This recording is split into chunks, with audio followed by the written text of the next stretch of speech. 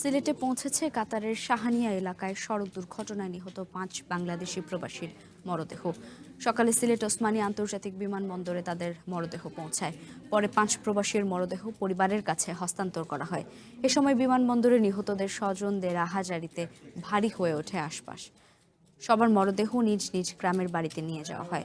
Wedge honours কল্যাণ board জানায়, প্রাথমিকভাবে নিহতদের পরিবারকে ৩৫,০০০ টাকা আর্থিক অনুমোদন দেওয়া হবে।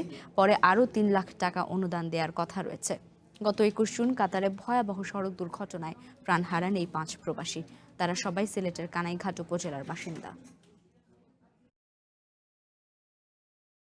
তাদের পরিবারের যোগান দিতে ওরা বিদেশে গেছিল।